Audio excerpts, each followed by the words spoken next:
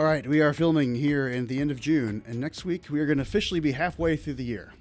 And I'm bringing this up because I am thinking about those financial checklists that come out every December. The ones that tell us about the year-end contribution deadlines and the limits and tax savings, contribution limits, all that stuff.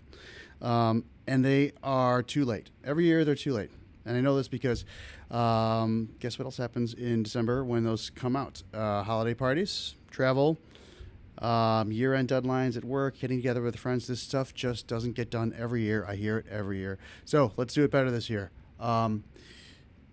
Next week, we're going to get pay stubs and we're going to get account statements that are going to tell us how we have done for the first 6 months of the year. So I want to give you 3 things to focus on to make this mid-year report card that I've officially made a thing for 2025. So the first thing is a spending rate, and this one is for anyone watching that is not retired, because I think this is a vital thing to tell you if you are behaving and in good financial shape so far this year. And this couldn't be easier to do, particularly 6 months of the year. And the way to do it is you're going to take your bank account statements for year end, and you're going to compare them to the ones that come out at the end of June. And you're going to compare those two numbers, and you're going to take the difference between those two numbers, whether it's a deficit or a surplus. And you're going to multiply that number times 2, and there's your spending rate for the year. This is never a fun exercise, but I'm trying to make it as easy as possible, and I can't think of an easier time to do this other than 6 months through the year. So do it. Number 2, contribution rates. So same thing as number 1, but just the opposite. So take your 401k, and we are going to identify if we are contributing the amount that we have intended or should be for the year, right? I hear this all the time that people meant to contribute the max and they just didn't because they didn't change a percentage, and it's just so easy. So here's what we're going to do. You're going to take your 401k statement. You're going to look at the year. You're going to look at how much you put in for the first 6 months minus any bonus amounts, any amounts that came from an annual bonus you got earlier in the year.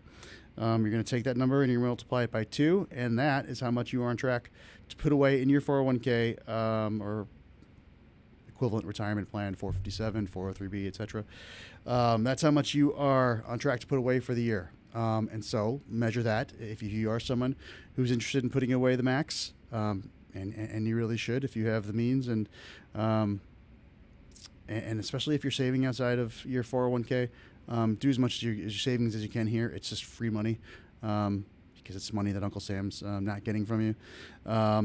Annual limits this year, $23,500 if you're under 50, $30,500 if you are over 50, with the exception of those of you who are exactly 60, 61, or 62. Then the limit is $34,750.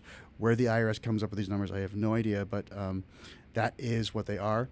Don't forget to do this exact same thing for health savings accounts and flex spending accounts, because these are, especially with the cost of healthcare these days, these are accounts that you really want to be maxing out.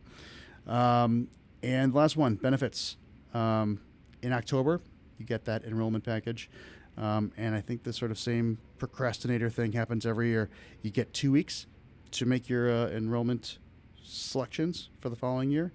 And if you're like most people, you're just going to do what you did last year, or you're going to spend about 4 minutes looking at all the choices, and you might pick a different one if it jumps out on the page from you. Let's do it better this year. There are some really powerful things that you've got access to if you're a W-2 employee, so look into them. Some common ones that I see missed that shouldn't get missed: long-term care and disability. These are policies that are way more expensive to get outside of a group policy at work. So do your research now before September and October gets here, when you know that you're just going to spend 4 minutes doing it. So do the work.